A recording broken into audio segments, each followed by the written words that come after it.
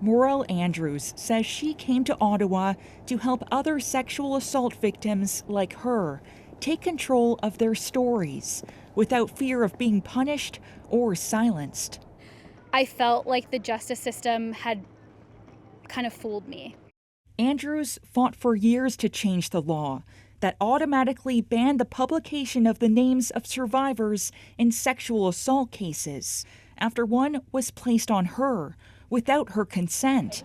Violating those bans is a criminal offense that can lead to stiff fines and even jail time. I felt alone, I felt abandoned, and I felt kind of foolish. Yes, the ban is intended to safeguard victims and the people around them, but in reality, it can sometimes do the exact opposite.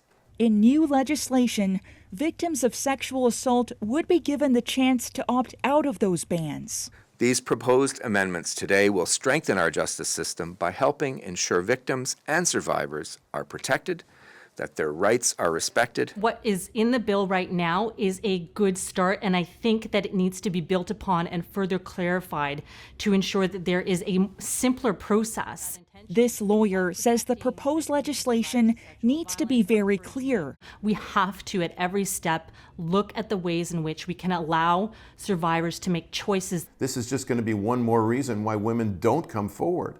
Others worry about unintended consequences. The stigma, the microscope that the woman complainant is put under. They should have always had that right respected, but it's amazing that we now have an opportunity to make that crystal clear. For Morel, this is the beginning of recognition. Ideally, a victim should not have to go back to court to just ask for their basic right. So, Olivia, how would victims go about lifting a publication ban on their names? Well, Ian, they would have to ask a judge because there are some circumstances where it could be refused. For example, if other victims in the same case do not want their identities to get out, but there would be an appeals process for that. And the government also announced changes to the sex offender registry.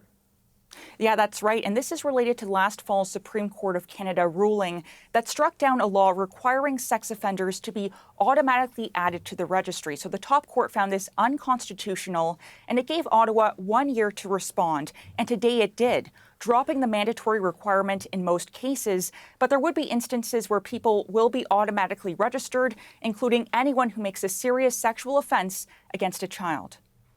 All right, Olivia, thank you. You're welcome.